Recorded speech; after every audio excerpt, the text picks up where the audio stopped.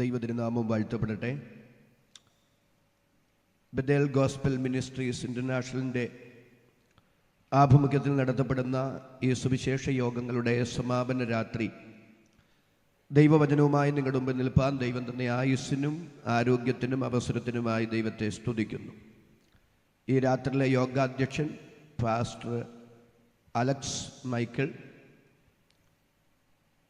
Bethel gospel മിനിസ്ട്രീസിൻ്റെ Kerala region president pastor Sabu Abraham, general secretary pastor Jithin Vellakkott, ക്രിസ്തുവിനെ ഞാൻ ഒത്തിരി സ്നേഹിക്കുന്ന ബഹുമാന്യനായ സന്തോഷ് പാസ്റ്റർ, കർത്താവിൻ്റെ ദാസൻ പാസ്റ്റർ പ്രൈസ് കർത്ത, അദ്ദേഹം ഈ സദസ്സിലാണ്, വേദിയിലില്ല. സന്തോഷ് പാസ്റ്ററും സദസ്സിലാണ്. മറ്റ് വേദിയിലും സദസ്സിലുമായിരിക്കുന്ന ബഹുമാന്യരും ആദരണീയരുമായ കർത്താവിൻ്റെ ദാസന്മാർ, ശബ്ദവാഹിനിയിൽ വിവിധയിടങ്ങളിൽ എന്നെ ശ്രദ്ധിക്കുന്ന മാന്യ ശ്രോതാക്കൾ, മാതാപിതാക്കൾ, സഹോദരി സഹോദരന്മാർ, പ്രിയപ്പെട്ട കുഞ്ഞുങ്ങൾ, ആത്മപ്രചോദനങ്ങളായ അർത്ഥസമ്പുഷ്ടങ്ങളായ സംഗീത ശുശ്രൂഷയ്ക്ക് നേതൃത്വം കൊടുക്കുന്ന എൻ്റെ സ്നേഹിതനും സഹപ്രവർത്തകനുമായ കർത്താവിൻ്റെ ദാസൻ ജോയൽ പടവത്ത്, അദ്ദേഹത്തിൻ്റെ സഹപ്രവർത്തകർ, ഉച്ചഭാഷിണിയുടെ ശബ്ദ സംവിധാനം എനിക്ക് വേണ്ടി ക്രമീകരിക്കുന്ന സഹോദരങ്ങൾ, ലൈവ് ടെലികാസ്റ്റിലൂടെ സന്ദേശം ശ്രദ്ധിക്കുന്ന പ്രിയർ, എല്ലാവർക്കും കർത്താവും രക്ഷിതാവുമായ യേശുവിൻ്റെ പരിശുദ്ധ നാമത്തിൽ എൻ്റെ വിനീതമായ സ്നേഹവന്ദനം അറിയിക്കുന്നു. സന്തോഷത്തോടെ ദൈവമക്കൾ അവരുടെ കരങ്ങൾ ഉയർത്തി ദൈവത്തിന് സ്തോത്രം ചെയ്യുക. ഈ ദിവസങ്ങളിൽ തുടർമാനമായ യാത്രകൾ, വിശ്രമമില്ലാത്ത ശുശ്രൂഷകൾ കാര്യമായി എൻ്റെ ശബ്ദത്തിന് തടസ്സമുണ്ടാക്കിയിട്ടുണ്ട്. ആരോഗ്യത്തിനൊരല്പപ്രയാസമുണ്ട്. അതുകൊണ്ട് എൻ്റെ ആരോഗ്യത്തെ കൂടെ പരിഗണിച്ച് അല്പം ശാന്തമായി നിങ്ങളോട് ദൈവത്തിൻ്റെ വചനം സംസാരിക്കാം എന്ന് കരുതുന്നു. ഉൽപ്പത്തി പുസ്തകം 15-ാം അധ്യായം അതിൻ്റെ 18 മുതൽ 21 വരെയുള്ള വേദഭാഗങ്ങൾ ഈ രാത്രിയിലെ ചിന്തയ്ക്ക് ആധാരമായി നമുക്ക് വായിക്കാം. ഉൽപ്പത്തി പുസ്തകം 15-ാം അധ്യായം അതിൻ്റെ 18 മുതൽ 21 വരെയുള്ള വേദഭാഗങ്ങൾ. അന്ന് യഹോവ അബ്രാമിനോട് ഒരു നിയമം ചെയ്തു. നിന്റെ സന്തതിക്ക് ഞാൻ മിസ്രയീം നദി തുടങ്ങി ഫ്രാത്ത് നദിയായ മഹാനദി വരെയുള്ള ഈ ദേശത്തെ കേന്യർ, കെനീസ്യർ, കത്മോന്യർ, ഹിത്യർ, പെരിസ്യർ, എഫായിമ്യർ, അമോര്യർ, കനാന്യർ, ഗിർഗസ്യർ, യബൂസ്യർ എന്നിവരുടെ ദേശത്തെ തന്നെ തന്നിരിക്കുന്നു എന്ന് അരുളി ചെയ്തു. ആ നല്ല വാക്യത്തിനായി നമ്മുടെ കരങ്ങൾ ഉയർത്തി ദൈവത്തിന് സ്തോത്രം ചെയ്യാം. ഉൽപ്പത്തി പുസ്തകം 15-ാം അധ്യായം പഴയ നിയമ ഇസ്രായേലിൻ്റെ വാഗ്ദത്തങ്ങളുടെ അടിത്തറകളുടെ അധ്യായമെന്നാണ് വേദപണ്ഡിതാക്കൾ വിശേഷിപ്പിച്ചിരിക്കുന്നത്. അതിപ്രധാനമായ 3 പരാമർശങ്ങളോടുകൂടെ ഉൽപ്പത്തി 15 ആരംഭിക്കുന്നു. ഒന്നാമത്തെ പദപ്രയോഗം ഇതാണ്: അനന്തരം ദർശനത്തിൽ ദൈവം അബ്രാമിനോട് പറയുന്നു, അബ്രാമേ, നീ ഭയപ്പെടണ്ട. എന്താ അബ്രാമിനോട് ഭയപ്പെടണ്ടെന്ന് പറയാൻ കാരണം? 14-ാം അധ്യായം ഒരു യുദ്ധത്തിൻ്റെ അധ്യായമാണ്. പ്രബലരായ 4 രാജാക്കന്മാർ 5 രാജാക്കന്മാരെ പരാജയപ്പെടുത്തി അവരെയും അവർക്കുള്ളതിനെയും ഉള്ളവരെയും അപഹരിച്ചു കൊണ്ടുപോയി. അങ്ങനെ കൊള്ളയായി പോയവരുടെ കൂട്ടത്തിൽ സോദോമിൽ പാർക്കുന്ന അബ്രാമിൻ്റെ സഹോദരപുത്രനായ ലോത്തുമുണ്ട്. ഓടിപ്പോകുന്ന ഒരുവൻ വന്ന് അബ്രാമിനോട് പറയുന്നു, കൊള്ളയായവരുടെ കൂട്ടത്തിൽ താങ്കളുടെ സഹോദരപുത്രനുമുണ്ട്.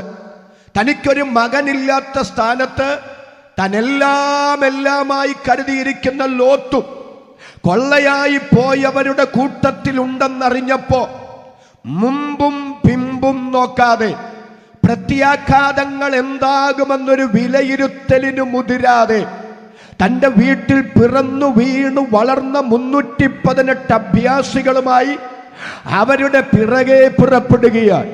ഈ 318മായി പോയാൽ 4 പ്രബല രാജാക്കന്മാരെ, അവരുടെ ആയിരക്കണക്കിന് സൈന്യത്തെ പരാജയപ്പെടുത്താൻ പറ്റുമോ എന്നൊരു വിലയിരുത്തലിനൊന്നും മുതിരാൻ നേരമില്ല.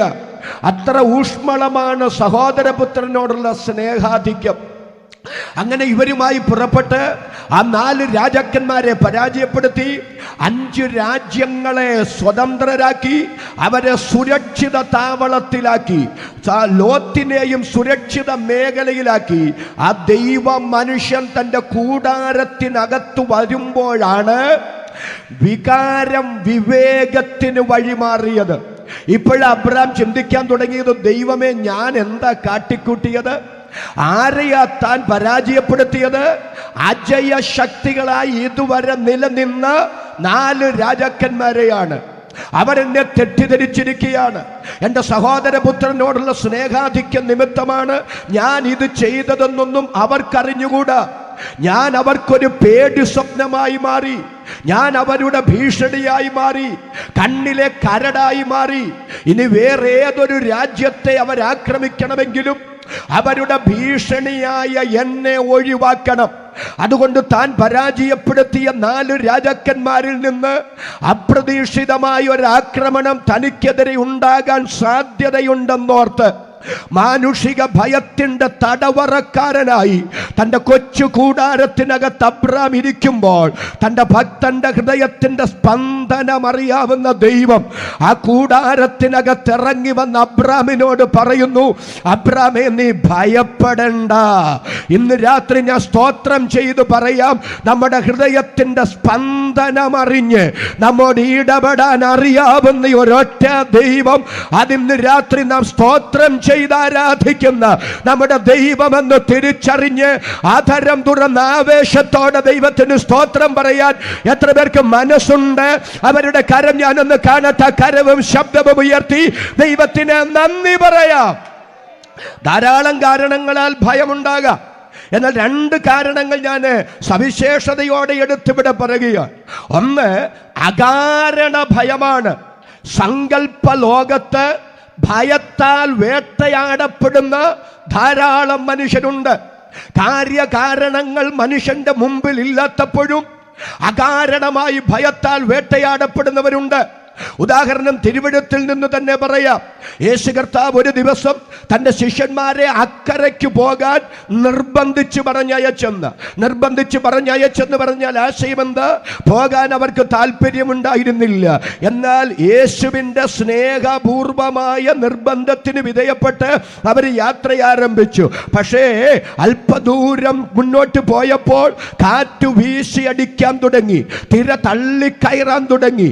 ആ പടക് മുങ്ങുകയാണ്. തിരുവെഴുത്തിൽ ഇങ്ങനെ വായിക്കുന്നു, പടകോ കരവിട്ടു പല നാഴിക ദൂരത്തായി. ഒന്നുകൂടെ പറയാം, കരയിൽ നിന്ന് ദൂരമേറെ താണ്ടി, പക്ഷെ ലക്ഷ്യസ്ഥാനത്തെത്തിയിട്ടില്ല. നമ്മുടെ ഗ്രാമീണ ഭാഷയിൽ ഇങ്ങനെ പറയാം, ഇപ്പോഴവരൊരു നടുക്കടലിലാണ്. മുൻപോട്ടും വയ്യ, പിറകോട്ടും വയ്യ. കാറ്റു വീശി അടിക്കുന്നു, തിര തള്ളിക്കയറുന്നു, ആ പടക് മുങ്ങിക്കൊണ്ടിരിക്കുന്നു. അവരുടെ മനസ്സ് നിങ്ങളൊന്ന് വായിച്ച്, തമ്പുരാനെ ഇത് ഞങ്ങളായി ഞങ്ങളുടെ തന്നിഷ്ടത്തിന് എടുത്ത് ചാടിയതല്ല, ഞങ്ങൾക്ക് ആഗ്രഹമില്ലാതിരുന്നിട്ടും അങ്ങ് ഞങ്ങളെ നിർബന്ധിച്ച് പറഞ്ഞയച്ചതാണ്. ഇതങ്ങയുടെ ഹിതമാണ്, ഇതങ്ങയുടെ നിയോഗമാണ്, ഇതങ്ങയുടെ പദ്ധതിയാണ്. അങ്ങയുടെ നിയോഗമായിരുന്നിട്ടും അങ്ങയുടെ ഹിതമായിരുന്നിട്ടും എന്തുകൊണ്ട് ഇങ്ങനെയൊരു പ്രതിസന്ധി? ഇന്ന് രാത്രി കൃത്യവും വ്യക്തവുമായ ദൈവഹിതത്തിനും ദൈവിക നിയോഗത്തിനും ചുവടെടുത്തു വെച്ചിട്ട് പ്രതീക്ഷിക്കാത്ത പ്രതിസന്ധി ജീവിതത്തിൽ വന്നു കയറി. ഇത് ദൈവഹിതമാണെങ്കിൽ എന്തുകൊണ്ട് ഇങ്ങനെ സംഭവിച്ചു എന്ന് ആശങ്കപ്പെട്ട് വച്ചകാല് തിരിച്ച് പിറകോട്ട് വച്ചാലോ എന്ന് ചിന്തിക്കുന്ന ആരെങ്കിലും ഇതിൻ്റെ അകത്ത് വന്നിരിപ്പുണ്ടെങ്കിൽ ഇന്ന് രാത്രി സ്വർഗം പറയുന്നു, നിന്റെ മുമ്പിൽ വെളിപ്പെട്ട പ്രതിസന്ധികളെ കണ്ടുകൊണ്ട് ദൈവഹിതത്തെയും ദൈവിക നിയോഗത്തെയും ഇട്ടെറിഞ്ഞേച്ച് പിറകോട്ട് പോകരുത്. തമ്പുരാൻ കൈമാറിയ ദൈവം തന്ന നിയോഗത്തിന്റെ അകത്ത്, ദർശനത്തിന്റെ അകത്ത് ഉറച്ചു നിന്നുകൊള്ളുക. നിന്റെ പ്രതിസന്ധിക്കെതിരെ ചലിക്കുന്ന ശക്തികളുടെ ഇടയിൽ നിനക്ക് വേണ്ടി ചലിക്കുന്ന ദൈവകരം ഇന്ന് രാത്രി താങ്കൾ കാണുമെന്ന് ദൈവത്തിന്റെ പരിശുദ്ധാത്മാവ് തന്റെ വചനത്തിലൂടെ ദൂത് പറയുമ്പോൾ ആധാരം തുറന്ന് ദൈവത്തിന് സ്തോത്രം പറയാൻ എത്ര പേർക്ക് മനസ്സുണ്ട്? അവർക്കായി ഞാൻ ദൈവത്തെ സ്തുതിക്കുന്നു. പോരാ, കരമുയർത്തി ശബ്ദമുയർത്തി ദൈവത്തെ സ്തുതിക്കാം. കർത്താവ് ഇന്ന് രാത്രി ചിലരോട് പറയുന്നു, അവിചാരിതമായി വന്ന് കയറിയ ചില പ്രതിസന്ധികൾ, ചില തടസ്സങ്ങൾ, അത് കണ്ടിട്ട് മനസ്സും മടുത്ത് മതിയെന്ന് പറഞ്ഞ് വച്ചകാല് പിറകോട്ട് വയ്ക്കത്തക്ക നിലയിൽ തമ്പുരാൻ തന്ന നിയോഗത്തിനനുസരിച്ച് നിനക്ക് ചലിക്കാൻ കഴിയാതെ നിന്നെ ആശയ കുഴപ്പത്തിലാക്കി മാറ്റിയ ചില ഇരുളിന്റെ ശക്തികളെ ദൈവത്തിന്റെ ആത്മാവ് ഇന്ന് രാത്രി ശാസിക്കുകയാണ്.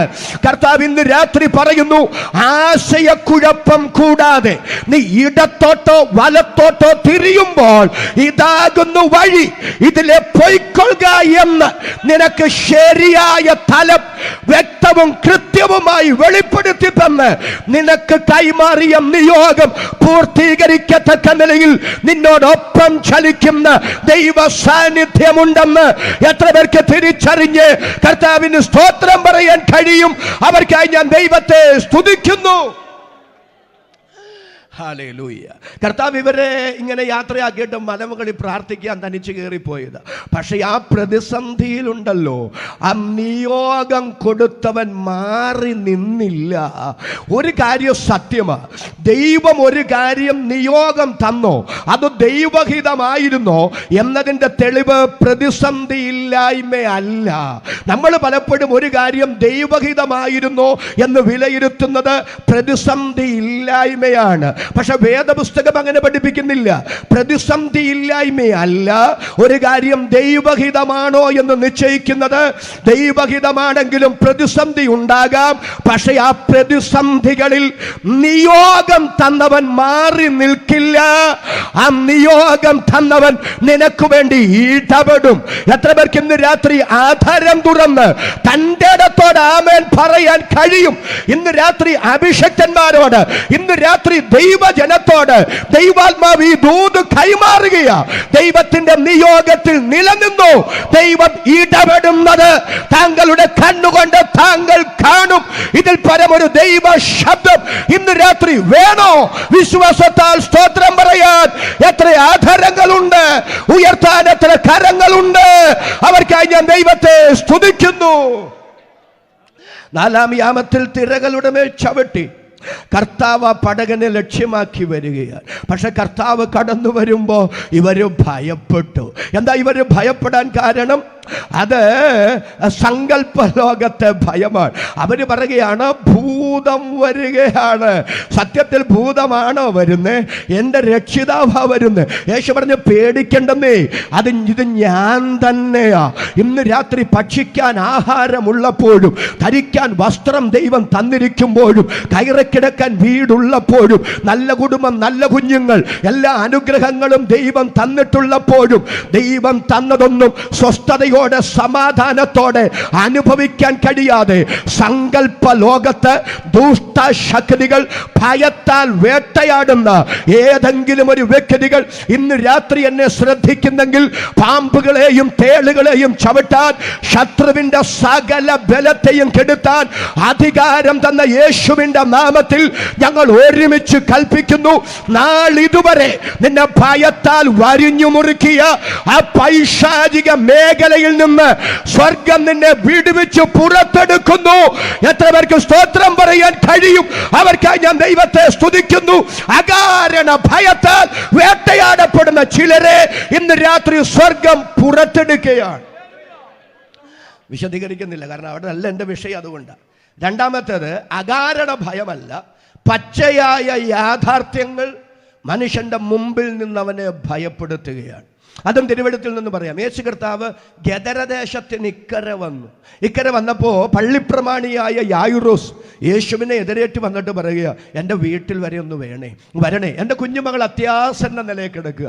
യേശു കർത്താവ് ആ വീട്ടിലേക്ക് പോകുന്നു. ആ വീട്ടിലേക്ക് പോകുമ്പോൾ 12 വർഷമായി രക്തസ്രവത്താൽ ഭാരപ്പെടുന്നൊരു സഹോദരി അവളുടെ അകത്ത് വിശ്വാസത്തിൻ്റെ ഒരു മുള പൊട്ടി. യേശുവിൻ്റെ വസ്ത്രത്തേലെങ്കിലും തൊടാൻ പറ്റിയാൽ എനിക്ക് രോഗശാന്തി ഉണ്ടാകും. എന്നെ ത്രസിപ്പിച്ചൊരാശയം അത്. ഞാൻ ചോദിക്കട്ടെ, ഇതിനു മുമ്പ് യേശുവിൻ്റെ വസ്ത്രത്തെ തൊട്ടാരെങ്കിലും സൗഖ്യമായിട്ടുണ്ടോ? ഇവളോട് ചെന്ന് ആരെങ്കിലും പറഞ്ഞിട്ടുണ്ടോ നീ ചെന്ന് യേശുവിൻ്റെ വസ്ത്രത്തെ തൊട്? എനിക്കൊരു പ്രതിസന്ധി വന്നപ്പോൾ, എനിക്ക് രോഗം വന്നപ്പോൾ കർത്താവിൻ്റെ വസ്ത്രത്തെ തൊട്ടു, എനിക്ക് സൗഖ്യമുണ്ടായി. അതുകൊണ്ട് എന്നെ സൗഖ്യമാക്കിയ കർത്താവ് നിന്നെ സൗഖ്യമാക്കും. നീ പോയി വസ്ത്രത്തെ തൊടാൻ പറഞ്ഞോ? ഇല്ല. ഇന്നലകളിൽ ആർക്കും വേണ്ടി ഇങ്ങനൊരു അത്ഭുതം വെളിപ്പെട്ടിട്ടില്ല. ആരും യേശുവിൻ്റെ വസ്ത്രത്തെ തൊട്ട് സൗഖ്യമായിട്ടില്ല. ആ ഒരു അനുഭവം ആരും ഇവളോട് പറഞ്ഞിട്ടുമില്ല. പക്ഷെ അങ്ങനെ ഒരു അനുഭവം ഇല്ലാതിരിക്കെ എങ്ങനെ വസ്ത്രത്തെ തൊടാൻ അവൾക്ക് കഴിഞ്ഞു? മറുപടി, അന്ന് അവളുടെ സൗഖ്യം സ്വർഗത്തിൻ്റെ പദ്ധതിയിൽ ഉണ്ടായിരുന്നത് കൊണ്ട് ദൈവം കൊടുത്ത നിയോഗമാണ്. ആ വസ്ത്രത്തെ തൊടാൻ അവൾക്ക് കൈമാറിയ ദൈവിക നിയോഗം. ഇന്ന് രാത്രി സ്തോത്രം പറയാം. ദൈവം തരുന്ന നിയോഗത്തിനനുസരിച്ച് മുന്നോട്ട് പോകുന്നത് ആത്മീക ശുശ്രൂഷ. ദൈവം തരുന്ന നിയോഗത്തിനനുസരിച്ച് ചലിക്കുന്നത് ക്രിസ്തീയ ജീവിതമെങ്കിൽ ഇന്ന് രാത്രി സ്വർഗം തരുന്ന നിയോഗത്തിനനുസരിച്ച് ചലിക്ക്. നിന്നെ ഒരത്ഭുതമാക്കി മാറ്റാൻ എൻ്റെ ദൈവത്തിന് കഴിയും. എത്ര പേർക്ക് സ്തോത്രം ചെയ്യാൻ മനസ്സുണ്ട്? അവരുടെ കരം ഞാൻ ഒന്നുകൂടെ കാണട്ടെ. കരവും ശബ്ദവും ഉയർത്തി ദൈവത്തിന് നന്ദി പറയാം. പോരാ, ശബ്ദമുയർത്തി ആവേശത്തോടെ ദൈവത്തെ സ്തുതിക്കുക. അവിടെ ചെന്ന് കർത്താവിൻ്റെ വസ്ത്രത്തെ തൊട്ടു. ഇപ്പം വേണ്ടായിരുന്നു, ഇനിയിപ്പം ചെയ്തോ, ഒരു ഡിസ്റ്റർബൻസ് ഉണ്ടാകില്ല. സ്തോത്രാഴ്ചയുടെ സമയത്ത് തന്നാലും മതിയായിരുന്നു. Okay, thank you. ദൈവം അനുഗ്രഹിക്കട്ടെ. കര ഉയർത്തി ഒരിക്കൽ നല്ല നന്ദി പറയാമോ? എന്നോടുള്ള നിങ്ങളുടെ കരുതലിന് ഒത്തിരി നന്ദി കേട്ടോ. ദൈവം നിങ്ങളെ അനുഗ്രഹിക്കട്ടെ. ഓക്കെ, അപ്പോൾ ഇവിടെ ചെന്ന് കർത്താവിൻ്റെ വസ്ത്രത്തെ തൊട്ടു. ഇവൾക്ക് അത്ഭുത സൗഖ്യം ഉണ്ടായി. ഇവള് പേടിച്ചിങ്ങനെ നിൽക്കുകയാണ്. ഉടനെ കർത്താവ് ചോദിക്കുകയാണ്, എന്നെ ആരാ തൊട്ടെ? എന്നെ ആരാ തൊട്ടത്? ഒട്ടിയും പറ്റിയും തട്ടിയും മുട്ടി ഇത്രയും പേരിങ്ങനെ നടക്കുമ്പോൾ അങ്ങേ ആരാ തൊട്ടതെന്ന് ഞങ്ങൾ എങ്ങനെ അറിയാനാ? ആ പരുവത്തിൽ ശിഷ്യന്മാർ നിൽക്കുമ്പോൾ കർത്താവ് പറഞ്ഞ, ആരാണ്ട് എന്നെ എങ്ങനെയോ തൊട്ടതല്ല, എന്നെ വാസ്തവമായി ആരോ തൊട്ടു, എന്നിൽ നിന്ന് ശക്തി പുറപ്പെട്ടു. എൻ്റെ ചോദ്യം ഇതാണ്, യേശു എത്രയോ രോഗികളെ സൗഖ്യമാക്കിയിട്ടുണ്ട്. സൗഖ്യമാക്കിയവരോടെല്ലാം യേശു പറയുന്നത്, ഇതാരോടും പറയരുത്. ചിലരൊക്കെ പറയുമെന്ന് ബോധ്യമായപ്പോൾ ഒറ്റയ്ക്ക് അവരെ കൂട്ടിക്കൊണ്ടു പോയിട്ട് അമർച്ചയായി കൽപ്പിച്ചു, ഒരക്ഷരം പോലും ഉരിയാടരുതെന്ന്. ഒന്നുകൂടെ പറയാ, തനിക്ക് സ്വർഗം കൈമാറിയ ഒരൊറ്റ മിനിസ്ട്രിയും തൻ്റെ പ്രസിദ്ധിക്കും തൻ്റെ വ്യക്തിഗത നേട്ടത്തിനും യേശു ചിലവഴിച്ചില്ല. യേശു കർത്താവിൻ്റെ ആത്യന്തിക ലക്ഷ്യം പിതാവിൻ്റെ മഹത്വമായിരുന്നു. ഇന്ന് രാത്രി പന്തലിൽ ഇരിക്കുന്ന കൃപ ലഭിച്ച ദൈവമക്കൾ ഒരുമിച്ച് കരമൊന്ന് ഉയർത്തിപ്പിടിച്ച് എന്നിട്ട് സ്തോത്രം ചെയ്ത് ദൈവത്തോട് പറ, ദൈവമേ, എന്തെങ്കിലും എന്നിലൂടെ ചെയ്തെടുക്കുന്നുണ്ടെങ്കിൽ അതെന്റെ പുകഴ്ചയ്ക്കോ എൻ്റെ പ്രശസ്തിക്കോ ആകരുത്. എൻ്റെ ജീവനാലാകട്ടെ, എൻ്റെ മരണത്താലാകട്ടെ, ഞാൻ എന്ത് കഴിച്ചാലും എന്ത് കുടിച്ചാലും ആത്യന്തിക ലക്ഷ്യം എൻ്റെ ദൈവത്തിൻ്റെ നാമത്തിൻ്റെ മഹത്വം, അതിനുള്ള കൃപ എനിക്ക് തരണമെന്ന് കരമുയർത്തി സമർപ്പിച്ചവർക്കായി ഞാൻ ദൈവത്തെ സ്തുതിക്കുന്നു. മഹത്വമെല്ലാം ദൈവത്തിനുള്ളതാണ്.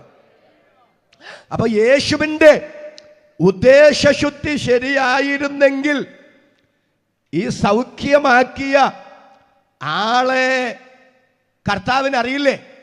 ഈ സ്ത്രീയെ അറിയില്ലേ? ഇവളുടെ രോഗം അറിയാം. 12 വർഷമായ രോഗത്തിന്റെ കാലപ്പഴക്കം കർത്താവിന് അറിയില്ലേ? അറിയാം. ശമരിയ സ്ത്രീയുടെ ജീവിത ചരിത്രം മുഴുവൻ അവളെ വായിച്ചു കേൾപ്പിച്ച കർത്താവിന് ഗലീല കടലിലൂടെ കടന്നുപോയ ആയിരക്കണക്കിന് മത്സ്യങ്ങളിൽ ഏത് മത്സ്യത്തിന്റെ വായിലാണ് ചതുർബ്രഹ്മപ്പണം ഇരിക്കുന്നതെന്ന് അറിയാവുന്ന കർത്താവ് കാട്ടത്തിയുടെ മുകളിൽ കയറി ഒളിച്ചിരിക്കുന്ന സക്കായിയെ പേര് വിളിച്ച് താഴെ ഇറക്കാൻ പറ്റുന്ന കർത്താവിന് നഥനിയേലിന്റെ ജീവിതത്തിന്റെ പരമാർത്ഥത മുഴുവൻ എല്ലാവരും കേൾക്ക വിളിച്ചു പറഞ്ഞ കർത്താവിന് ഇവളെ അറിയില്ലേ? ഇവളുടെ രോഗം അറിയില്ലേ? രോഗത്തിന്റെ കാലപ്പഴക്കം അറിയില്ലേ? ഇവളുടെ പൂർവീകരെ അറിയില്ലേ? അറിയാമെങ്കിൽ ശരിയാണെങ്കിൽ, ഉദ്ദേശശുദ്ധി ശരിയാണെങ്കിൽ അവൾ സൗഖ്യമായി. അവൾ ആരും അറിയാതെ വീട്ടിൽ പോകട്ടെന്ന് കർത്താവ് വിചാരിച്ചാ പോരെ. അങ്ങനെ വിചാരിക്കാതെ എല്ലാവരുടെയും മുമ്പിൽ എന്തിനാ ഇവളെ പരസ്യമായി വെളിപ്പെടുത്തിയത്? അങ്ങനെ വെളിപ്പെടുത്താൻ കാരണം ഞാൻ പറയാം. ഇത് യായിറോസിനൊരു സന്ദേശമാ. യായിറോസേ, അടുത്തത് നീ കേൾക്കാൻ പോകുന്നത് ഒരു മനുഷ്യൻ എന്ന നിലയിൽ നിനക്ക് താങ്ങാൻ കഴിയാത്ത ഒരു വാർത്തയാ. പക്ഷേ ആ പ്രതിസന്ധിയുടെ നടുവിലും യേശുവിലുള്ള വിശ്വാസം നിനക്ക് കൈമോശം വരാതിരിക്കാനും കർത്താവിലുള്ള ആശ്രയബോധം നഷ്ടപ്പെടാതിരിക്കാനും നിന്നെ യേശുവിനോട് ചേർത്ത് നിർത്താനുള്ള ദൈവിക ഇടപെടലാണ്. അവൾക്കുണ്ടായ രോഗശാന്തിയും അവളെ പരസ്യമായി വെളിപ്പെടുത്തിയതും. ഇന്ന് രാത്രി ഇവിടെ ഇരിക്കുന്ന അഭിഷക്തന്മാരും ഇവിടെ ഇരിക്കുന്ന ദൈവമക്കളും ഈ യാഥാർത്ഥ്യം തിരിച്ചറിയണം. നമ്മൾ കഴിവുകൊണ്ടൊന്നും ഇവിടെ ഇരിക്കുന്നതല്ല. ഒരു വേളയെങ്കിലും മനസ്സ് പതറാത്ത ആരാ ഇവിടെ ഉള്ളേ? എൻ്റെ ദൈവമേ, ഒരു സഭാ ചാർജും വേണ്ട, ട്രാക്ട് കൊടുത്ത് നടന്നേക്കാവുന്ന ഒരിക്കലെങ്കിലും പറയാത്ത ആരാ ഇവിടെ ഉള്ളേ? ഇറങ്ങിത്തിരിച്ചിട്ട് ഉദ്ദേശിച്ചതുപോലൊന്നും അല്ലല്ലോ തമ്പുരാനെ എന്ന് ചിന്തിച്ച് വന്നിടത്തേക്ക് തന്നെ തിരിച്ചു പോയാലോ എന്ന് ഹൃദയം കൊണ്ട് ആലോചിച്ചവരൊക്കെ ഇവിടെ ഇല്ലേ? പക്ഷെ എൻ്റെ ചോദ്യം, എന്താ തകരാഞ്ഞേ? എന്താ വീഴാഞ്ഞേ?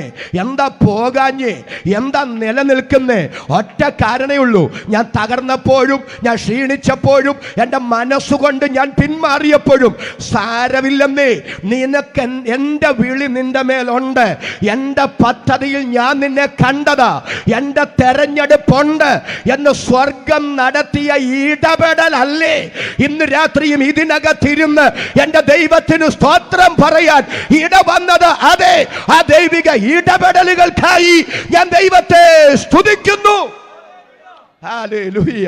ഈ സംഭവം നടന്നു കഴിഞ്ഞപ്പോഴാണ് യായിറോസിന്റെ വീട്ടിൽ നിന്ന് ആള് വന്നത്. ആള് പറയുകയാണ്, ഇനി ഗുരുവിനെ അസഹ്യപ്പെടുത്തേണ്ട, കാര്യം കൈവിടപ്പെട്ടു പോയി. യായിറോസിന്റെ മുമ്പിൽ ഭയങ്കര പ്രതിസന്ധി, പർവ്വതം പോലെ പ്രതിസന്ധി. പക്ഷെ എൻ്റെ പൊന്നു കർത്താവ് യായിറോസിനോട് പറയുക, യായിറോസേ, ഭയപ്പെടണ്ട, വിശ്വസിക്കാൻ മാത്രം ചെയ്യുക. യായിറോസിന്റെ ഭയം അകാരണ ഭയമല്ല. പച്ചയായ യാഥാർത്ഥ്യങ്ങൾ അവന്റെ കണ്ണിന്റെ മുമ്പിൽ നിന്ന് അവനെ ഭയപ്പെടുത്തുകയാണ്. KJ തോമസ് പാസ്റ്ററേ, എൻ്റെ ഭയം, ഞാൻ അനുഭവിക്കുന്ന ഭയം അകാരണ ഭയമല്ല.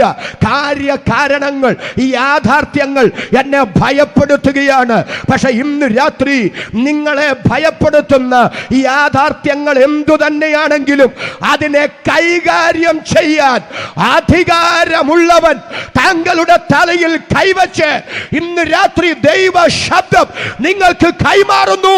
നീ ഭയപ്പെടണ്ട, അതിനെ പരിഹരിക്കാൻ ഞാൻ വിശ്വസ്തനാണ്, ഞാൻ ശക്തനാണ്. എത്ര പേർക്ക് ആധാരം തുറന്ന് ഇന്ന് രാത്രി സ്തോത്രം പറയാൻ കഴിയും? അവർക്കായി ഞാൻ ദൈവത്തെ സ്തുതിക്കുന്നു. ഇന്ന് രാത്രി പരിശുദ്ധാത്മാവ് ചിലരോട് ഇടപെടുന്നു. നീ ഭയപ്പെടണ്ട, യാഥാർത്ഥ്യങ്ങൾ നിന്നെ ഭയപ്പെടുത്തിയാലും പരിശുദ്ധാത്മാവ് ഈ രാത്രി ഇടപെടുന്നു. അതിനെ കൈകാര്യം ചെയ്യാൻ, അതിനെ പരിഹരിക്കാൻ ശക്തനായവൻ ഈ രാത്രി പറയുന്നു, ഭയപ്പെടണ്ട.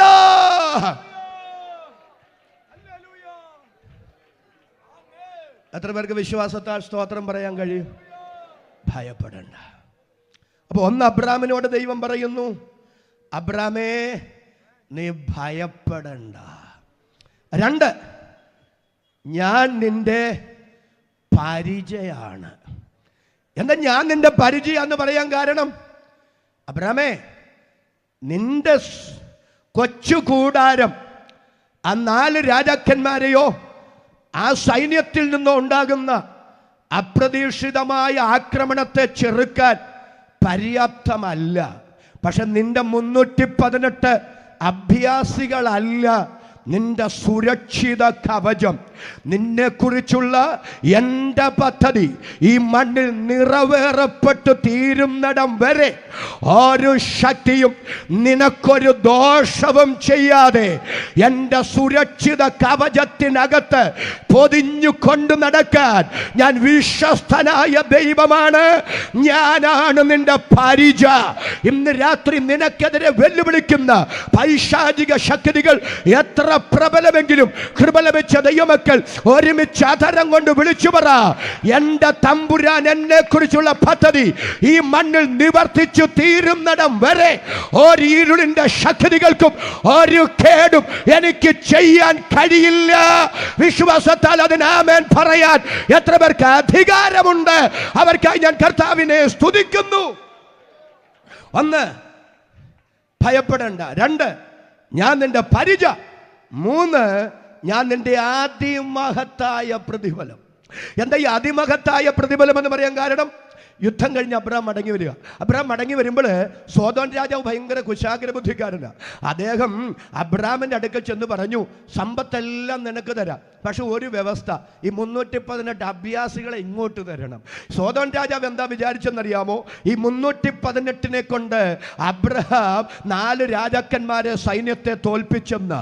അങ്ങനെ ഇവരെ കിട്ടുകയാണെങ്കിൽ 4 അല്ല 40 രാജ്യങ്ങളെ വേണമെങ്കിലും തോൽപ്പിച്ച് ഇഷ്ടം പോലെ ധനമുണ്ടാക്കാം. പക്ഷെ സോദോം രാജാവിന് ഇല്ലാതിരുന്നൊരു വെളിപ്പാട് ശാലേം രാജാവായ മൽക്കിസദേക്കിനുണ്ടായിരുന്നു. യുദ്ധം കഴിഞ്ഞ് മടങ്ങി വരുന്ന അബ്രാമിനെ അപ്പവും വീഞ്ഞുമായി മൽക്കിസദേക്ക് എതിരേറ്റ് ചെന്നിട്ട് പറയുന്നൊരു പരാമർശം എൻ്റെ കണ്ണ് നനയിപ്പിച്ചിട്ടുള്ളതാണ്. അവിടെ ശാലേം രാജാവ് മൽക്കിസദേക്ക് പറയുക, നിന്റെ ശത്രുക്കളെ നിന്റെ കയ്യിൽ ഏൽപ്പിച്ചു തന്ന ദൈവം. അബ്രഹാമിന്റെ കണ്ണ് മൽക്കിസദേക്ക് തുറക്കുക. നിന്റെ 318 അഭ്യാസ വൈദഗ്ധ്യം കൊണ്ട്, യുദ്ധമുറ കൊണ്ട് ഈ 4 രാജാക്കന്മാരെ തോൽപ്പിച്ചതല്ല. അവരുടെ മുമ്പിൽ നീയും നിന്റെ 318 ഒന്നുമില്ലായിരുന്നു. പക്ഷെ അവരെ നിന്റെ കയ്യിൽ ഏൽപ്പിച്ചു തന്നത് അത്യുന്നതനായ ദൈവമാണ്. ഇന്ന് രാത്രി ആവർത്തന വിരസത ഉണ്ടാകുമെന്ന് എനിക്കറിയാം. എങ്കിൽ കൂടി ആ കരങ്ങൾ മുകളിലേക്ക് ഒന്നുകൂടെ ഉയർത്തിപ്പിടിച്ചേ, എന്നിട്ട് സ്തോത്രം ചെയ്ത് പറ, ദൈവമേ, ഇന്ന് എനിക്ക് എന്തെങ്കിലും ഉണ്ടെങ്കിൽ, ഞാൻ ഇവിടം വരെ നടന്ന് കയറി വന്നിട്ടുണ്ടെങ്കിൽ എൻ്റെ കഴിവ് കൊണ്ടും മിടുക്ക് കൊണ്ടും യോഗ്യത കൊണ്ടും ഞാൻ വന്നതല്ലേ. നമ്മുടെ താഴ്ചയിൽ നമ്മെ ഓർത്തവനെ, അങ്ങ് നല്ലവനല്ലോ, അങ്ങയുടെ ദയ എന്നേക്കുമുള്ളത്. ഈ തിരിച്ചറിവ് അകത്തുണ്ടായിരുന്ന അബ്രഹാം സോദോം രാജാവിനോട് പറഞ്ഞു, നിന്റെ ഒരു ചെരുപ്പിന്റെ വാറ് പോലും ഞാൻ വാങ്ങുക. എന്താ അതിൻ്റെ കാരണം? നീ എന്നെ ധനവാനാക്കി എന്ന് പറയാതിരിക്കാൻ എനിക്ക് അതൊന്നും വേണ്ട. അക്കാലത്ത് സോദോം രാജാവ് മുൻപോട്ട് വെച്ച കോടികളുടെ ഓഫർ എൻ്റെ തമ്പുരാനെ പ്രതി വേണ്ടെന്ന് വെച്ച് തൻ്റെ കൊച്ചു കൂടാരത്തിനകത്ത് ആ ഭക്തൻ വന്നിരിക്കുമ്പോൾ എൻ്റെ ദൈവം പറയാം, അബ്രാമേ, എന്നെ പ്രതിയാണോ സോദോം രാജാവ് വെച്ച് നീട്ടിയ കോടികളുടെ ഓഫർ നീ വേണ്ടെന്ന് വെച്ചത്? എന്നാൽ നീ മനസ്സിലാക്കിക്കോ, ഞാൻ ആർക്കും കടക്കാരനല്ല, ഞാൻ ആർക്കും ബാധ്യതയല്ല. നിന്റെ മേലും നിന്റെ തലമുറ മേലും ഇത് നീതിയുടെ പെരുമഴയായി പെയ്യിപ്പിക്കാൻ ഞാൻ വിശ്വസ്തനായ ദൈവമാണ്. ഞാനാണ് നിന്റെ അതിമഹത്തായ പ്രതിഫലം. ഒന്ന്, ഭയപ്പെടണ്ട. രണ്ട്, ഞാൻ നിന്റെ പരിചയാണ്. മൂന്ന്, ഞാൻ നിന്റെ അതിമഹത്തായ പ്രതിഫലമാണ്. ഞാനെങ്ങാനുമായിരുന്നു ഇത്രയും വാഗ്ദത്തം ദൈവം തന്നതെങ്കിൽ തുള്ളിച്ചാടി സ്വോത്രം പറഞ്ഞ് ഇനി ഒന്നും വേണ്ടെന്ന് പറഞ്ഞേന്. പക്ഷെ അബ്രഹാം തിരിച്ച് ദൈവത്തോട് ചോദിക്കുക, ദൈവമേ, അങ്ങനെക്ക് എന്തോ തരും. അടുത്തത് എന്താണെന്ന്, അതൊരു മൊന വെച്ചുള്ള വർത്താന. ഈ തരാമെന്ന് പറയാൻ തുടങ്ങിയിട്ട് എത്ര നാളായി? പറയുന്നതല്ലാതൊന്നും നടന്നു കാണുന്നില്ലല്ലോ. ഒന്നുകൂടെ പറയാ, അങ്ങനെക്ക് എന്തോ തന്നാലും അതിൻ്റെ എല്ലാം അവകാശി ഈ ദമ്മേശക്കുകാരനായ എലിയാസറാണ്. എന്തെല്ലാം തന്നാലും അനുഭവിക്കാൻ ആളില്ലെങ്കിൽ തന്നിട്ടെന്തു ഗുണം? അതാണ് അബ്രാം ചോദിക്കുന്നത്. അപ്പൊ ദൈവം പറയാം, അബ്രാമേ, നീ കൂടാരത്തിനും വെളിയിലോട്ട് വാ, എന്നിട്ട് മുകളിലോട്ടൊന്ന് നോക്കിക്കേ. ആകാശത്തിലെ നക്ഷത്രങ്ങളെ നീ കണ്ടോ? നിനക്കതിനെ എണ്ണാൻ പറ്റുമോ? എന്നാൽ നീ മനസ്സിലാക്കിക്കോ, ആകാശത്തിലെ നക്ഷത്രങ്ങളെ പോലെ ഞാൻ നിനക്ക് തലമുറകളെ തരും. ഹല്ലേലൂയ. അബ്രഹാം അത് വിശ്വസിച്ചു. ദൈവം അത് അവന് നീതിയായി കണക്കിട്ടു. അപ്പൊ ഉൽപ്പത്തി പുസ്തകം 1-ാം അധ്യായത്തിലെ 15-ാം അധ്യായത്തിലെ 1-ാമത്തെ വാഗ്ദത്തം തലമുറകളെ കുറിച്ചുള്ള വാഗ്ദത്തം. എന്താ വാഗ്ദത്തം? നിന്റെ തലമുറകളെ ആകാശത്തിലെ നക്ഷത്രങ്ങളെ പോലെ ഞാനാക്കും. കരമുയർത്തി ഒരിക്കൽ കൂടി ദൈവത്തിന് സ്തോത്രം ചെയ്യാം. ഇനി ഒരു പ്രധാന വിഷയത്തിലേക്ക് ഞാൻ കയറുക. അതിനു മുമ്പ് അങ്ങ് സ്വത്രാഴ്ച എടുക്കുകയാണെങ്കിൽ നമുക്ക് അതിനിടയ്ക്ക് ഒരിടവേള വേണ്ട. ആ വിഷയം ഒരല്പം ഗൗരവമായതുകൊണ്ട് അത് നിങ്ങൾക്കൊന്ന് വ്യക്തമാകപ്പെടാൻ ഇപ്പം നമുക്ക് സ്വത്രാഴ്ചയ്ക്ക് സമയത്തെ വേർതിരിക്കുക. കർത്താവ് നമ്മെ വിഷയത്തിലേക്ക് നമുക്ക് മടങ്ങി വരാം. അപ്പോൾ ഉൽപ്പത്തി പുസ്തകം 15-ാം അധ്യായത്തിലെ 1-ാമത്തെ വാഗ്ദത്തം തലമുറകളെ കുറിച്ചുള്ള വാഗ്ദത്തം. ആകാശത്തിലെ നക്ഷത്രങ്ങളെ പോലെ ഞാൻ നിനക്ക് തലമുറകളെ തരും. 2-ാമത്തെ വാഗ്ദത്തം അടുത്തത് തുടങ്ങിയാണ്. നിനക്കും നിന്റെ സന്തതികൾക്കും ഞാൻ ഈ ദേശം അവകാശമായി തന്നിരിക്കുന്നു. അപ്പൊ 2-ാമത്തെ വാഗ്ദത്തം ദേശത്തെ സംബന്ധിച്ചുള്ള വാഗ്ദത്തമാണ്. ഉടനെ അബ്രഹാം ദൈവത്തോട് ചോദിക്കുക, ദൈവമേ, അത് ഞാൻ എന്തോന്നിനാൽ അറിയും? ഏത്? ഈ ദേശം എനിക്കും എൻ്റെ തലമുറയ്ക്കും അവകാശമായി തന്നിരിക്കുന്നു എന്ന് അങ്ങ് വാഗ്ദത്തം പറഞ്ഞല്ലോ. ആ വാഗ്ദത്തം നടക്കുമെന്ന് ഞാൻ എങ്ങനെ ഉറപ്പാക്കും? അത് ദൈവത്തെ സംബന്ധിച്ചുള്ള അവിശ്വാസമല്ല, ദൈവത്തെക്കുറിച്ചുള്ള ബോധ്യമാണ്. എന്താ ബോധ്യം? എബ്രായ ലേഖനം 6-ാം അധ്യായം വായിക്കേണ്ട. അവിടെ ഇങ്ങനെ വായിക്കുന്നു, വാഗ്ദത്തത്തിന്റെ അവകാശികൾക്ക് തൻ്റെ ആലോചന മാറാത്തതെന്ന് അധികം സ്പഷ്ടമാക്കാൻ ദൈവം വാഗ്ദത്തങ്ങളോട് കൂടെ ഉറപ്പും കൊടുക്കുന്ന ദൈവമാണ്. വാഗ്ദത്ത കേൾവിക്കും വാഗ്ദത്ത നിവർത്തിക്കും ഇടയ്ക്കുള്ള ഇടവേളയിൽ വാഗ്ദത്തം കേട്ടവൻ പതറിപ്പോകാതിരിക്കാൻ വാഗ്ദത്തം കൊടുത്ത ദൈവം അവൻ ഉറപ്പും കൈമാറാറുണ്ട്. ഉടനെ അബ്രഹാം ദൈവത്തോട് പറയുക, ദൈവമേ, എനിക്കും എൻ്റെ തലമുറയ്ക്കും ഈ ദേശം അവകാശമായി തരാമെന്ന് അങ്ങ് വാഗ്ദത്തം പറഞ്ഞല്ലോ. അത് നിറവേറുമെന്നതിന് എനിക്കൊരു ഉറപ്പ് വേണം. അങ്ങത് നിറവേറ്റുമെന്നതിന് എനിക്കൊരു ഉറപ്പ് വേണം. ഉറപ്പ് ചോദിച്ച് അബ്രഹാമിനോട് ദൈവം പറയുക, എൻ്റെ വാഗ്ദത്തം ഞാൻ നിറവേറ്റുമെന്നതിന് നിനക്ക് ഉറപ്പ് വേണമല്ലേ? ഞാൻ തരാം ഉറപ്പ്. 3 വയസ്സുള്ള പശുക്കിടാവ്, 3 വയസ്സുള്ള കോലാട്, 3 വയസ്സുള്ള ആട്ടുകൊറ്റൻ കൊണ്ടുവരാൻ പറഞ്ഞു. അബ്രഹാം ഈ മൃഗത്തെയെല്ലാം കൊണ്ടുവന്നു. മൃഗത്തെയെല്ലാം കൊണ്ടുവന്നിട്ട് ആ മൃഗങ്ങളെയെല്ലാം ഒത്ത നടുവേ പിളർക്കുകയാണ്. നാം ഏറ്റവും അധികം ദുർവ്യാഖ്യാനം ചെയ്തിട്ടുള്ളൊരു അധ്യായമാണ് ഉൽപ്പത്തി പുസ്തകം 15-ാം അധ്യായം. അതുകൊണ്ട് നിങ്ങൾ വളരെ സൂക്ഷിച്ചു കേൾക്കണം. എന്തുകൊണ്ട് അബ്രഹാം ഈ മൃഗങ്ങളെ കൊണ്ടുവന്നു? അബ്രഹാം ദൈവത്തോട് ചോദിക്കുന്നു, അങ്ങയുടെ വാഗ്ദത്തം നിറവേറ്റുമെന്നതിന് എനിക്കൊരു ഉറപ്പ് വേണം.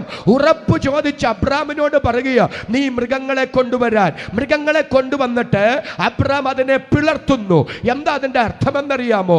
പഴയ നിയമത്തിൽ 2 പേര് തമ്മിൽ ഒരു ഉടമ്പടി ചെയ്യുമ്പോൾ, നിയമം ചെയ്യുമ്പോൾ അത് നിറവേറ്റും എന്നതിന് പല നിലയിൽ ഉറപ്പ് കൈമാറിയിരുന്നു. എല്ലാ ഉറപ്പിലേക്കും ഇന്ന് രാത്രി പോകാൻ ഞാൻ ആഗ്രഹിക്കുന്നില്ല.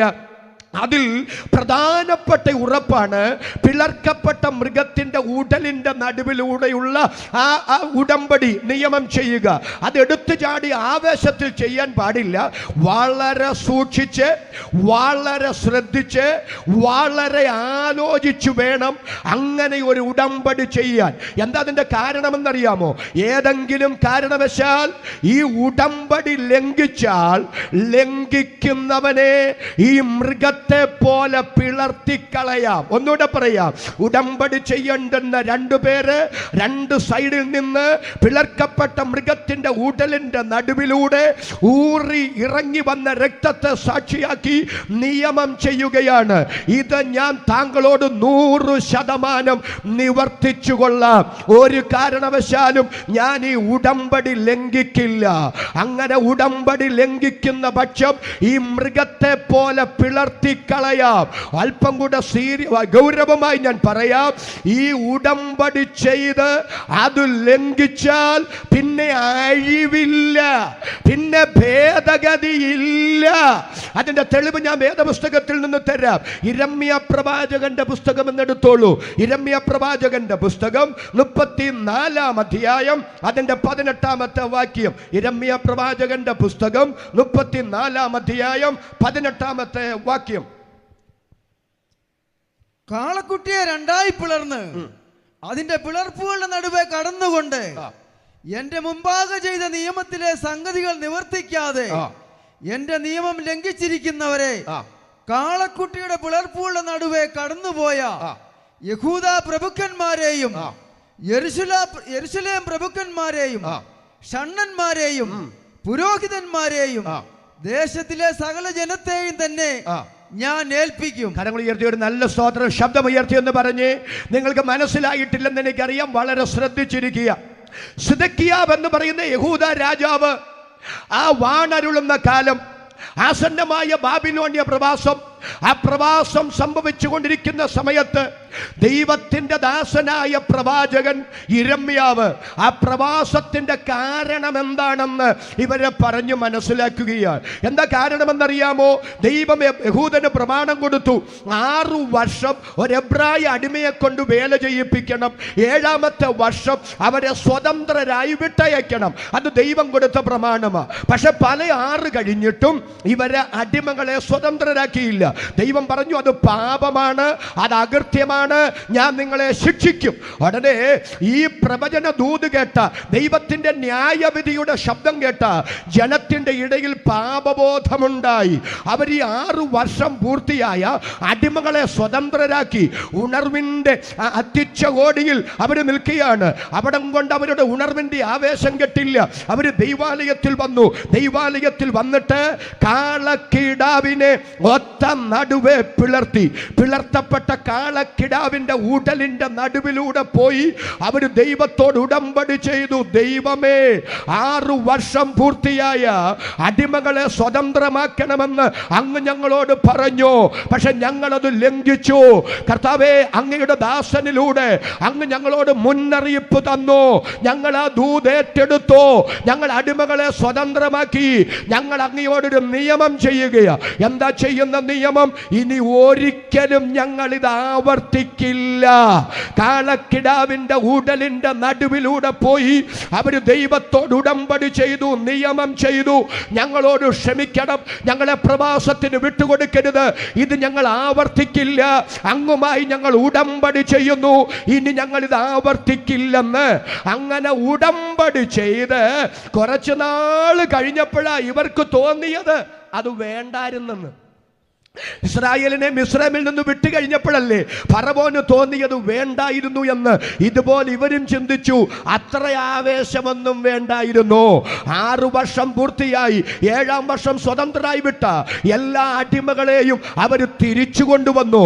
എന്നിട്ട് ആ ഉടമ്പടി ലംഘിച്ചപ്പോൾ എൻ്റെ ദൈവം പ്രവാചകനിലൂടെ പറയുക, കാളക്കിടാവിൻ്റെ ഉടലിൻ്റെ നടുവിലൂടെ പോയി ഞാനുമായി ചെയ്ത നിയമം ലംഘിച്ചവരെ ഇനി എത്ര കരഞ്ഞാലും, ഇനി എത്ര നിങ്ങളും നിലവിളിച്ചാലും, എന്തെല്ലാം ഉപാധി പറഞ്ഞാലും നിങ്ങൾക്ക് എക്സ്ക്യൂസ് ഇല്ല.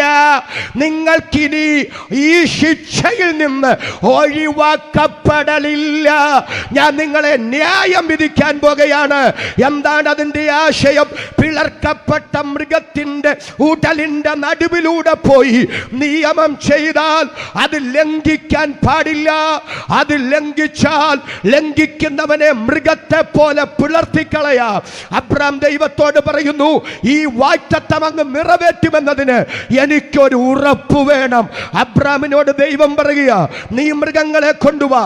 അബ്രാം ഒത്ത നടുവെ മൃഗങ്ങളെ പിളർത്തി. സാധാരണ 2 പേരും കൂടെ ഉടമ്പടി ചെയ്യുക. എന്നാൽ ഒരു സൈഡിൽ അബ്രാം ബോധം കെട്ട് കിടക്കുമ്പോൾ എന്നെ ആവേശത്തിന്റെ ആ മൂർധന്യാവസ്ഥയിൽ എത്തിച്ച ഒരു വാക്യം അവിടെ എഴുതിയിട്ടുണ്ട്. ആ മൃഗങ്ങളുടെ ഉടലിന്റെ നടുവിലൂടെ ഒരു കത്തുന്ന പന്തം പോയി. ആരാണ് ആ കത്തുന്ന പന്തം? അതാണ് അത്യുന്നതനായ ദൈവം. ആ ദൈവത്തിന്റെ സാന്നിധ്യം. കരമുയർത്തി ഒരിക്കൽ കൂടി ശക്തിയോടെ ദൈവത്തിന് സ്തോത്രം ചെയ്യുക.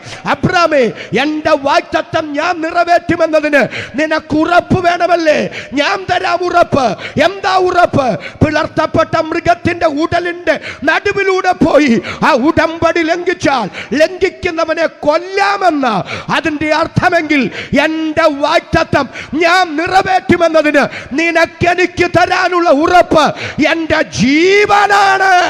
കരമുയർത്തി, ശബ്ദമുയർത്തി ഈ രാത്രി എത്ര പേർക്ക് സ്തോത്രം പറയാൻ കഴിയും?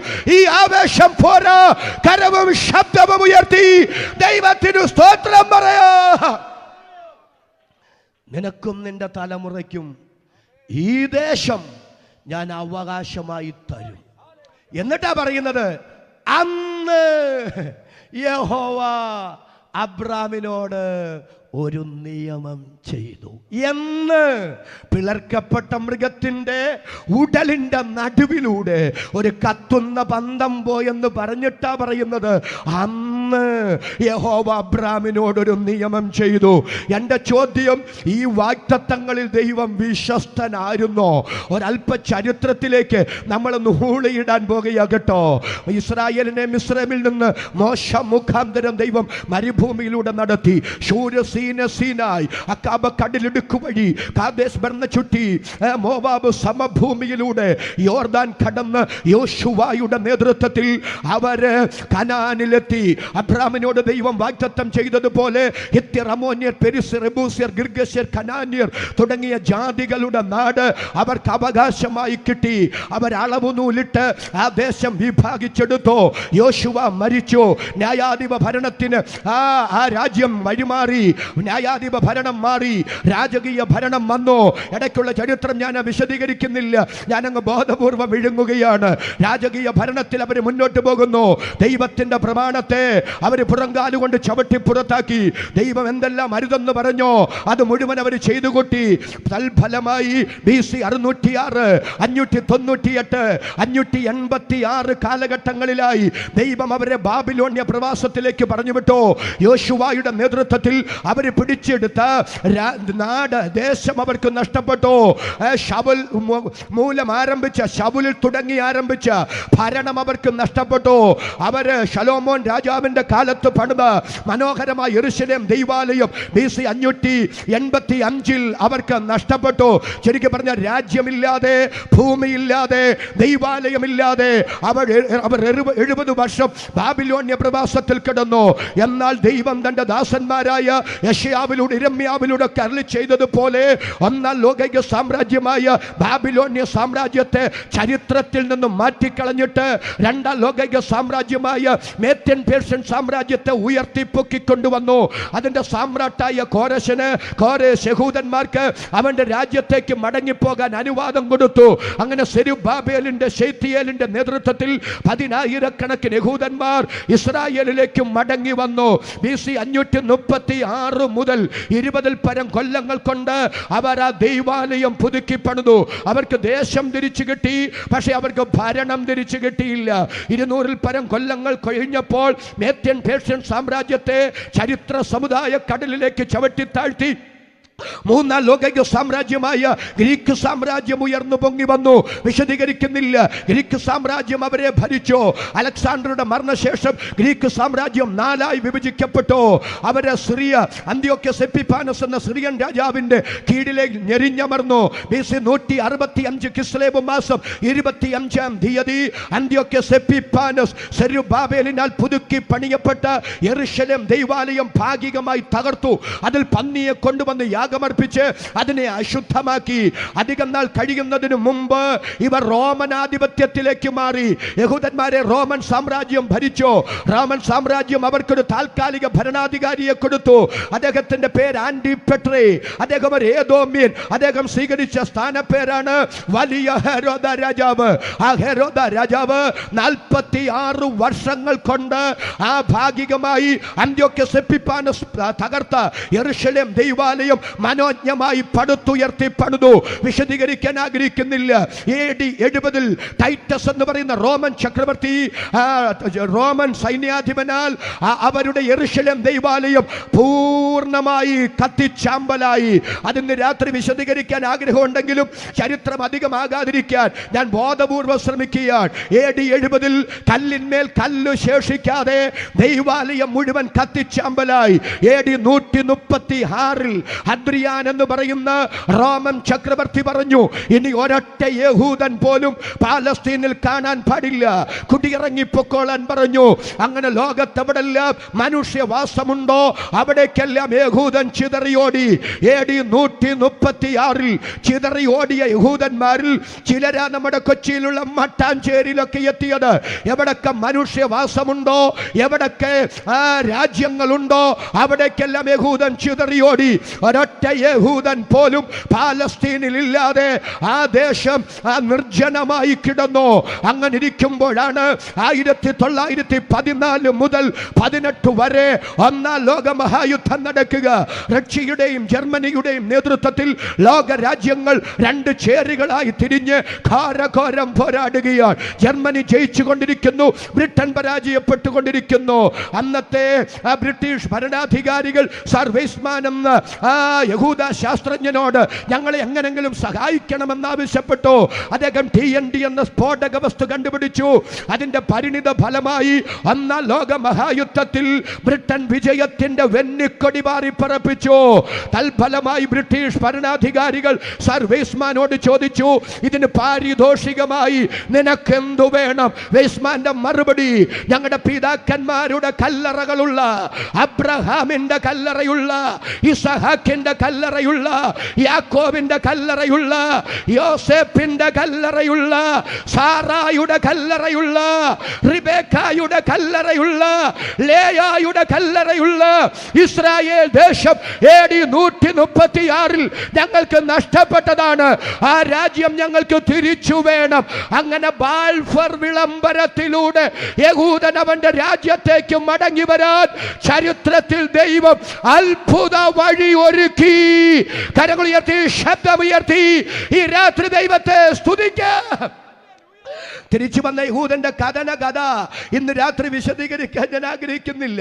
അവനെ ഇവിടെ പാർപ്പിക്കില്ലെന്ന് അറബ് രാജ്യങ്ങൾ ശക്തമായി വാദിച്ചു. അങ്ങനെ ഇരിക്കെ 1939 45 വരെ രണ്ടാം ലോകമഹായുദ്ധം നടന്നു. ജർമ്മനി എന്നേക്കുമായി ലോകത്ത് പരാജയപ്പെട്ടു. പുതിയൊരു വ്യവസ്ഥിതി വന്നു. ഐക്യരാഷ്ട്ര വ്യവസ്ഥിതി ലോകത്തുടലെടുത്തു. ഐക്യരാഷ്ട്ര സഭയിൽ ഈ ചൂടേറിയൊരു ചർച്ച വന്നു. എന്താ ചർച്ച വന്നെന്നറിയാമോ? ഇസ്രായേലിനെ ഒരു രാജ്യമാക്കണമോ വേണ്ടയോ? ലോകത്തിലെ മിക്കവാറും രാജ്യങ്ങൾ പറഞ്ഞു അവർക്കൊരു രാജ്യം വേണം. പക്ഷേ ആശയക്കുഴപ്പം ഇതാ, പാലസ്തീനിൽ അവരെ രാജ്യമാക്കണോ?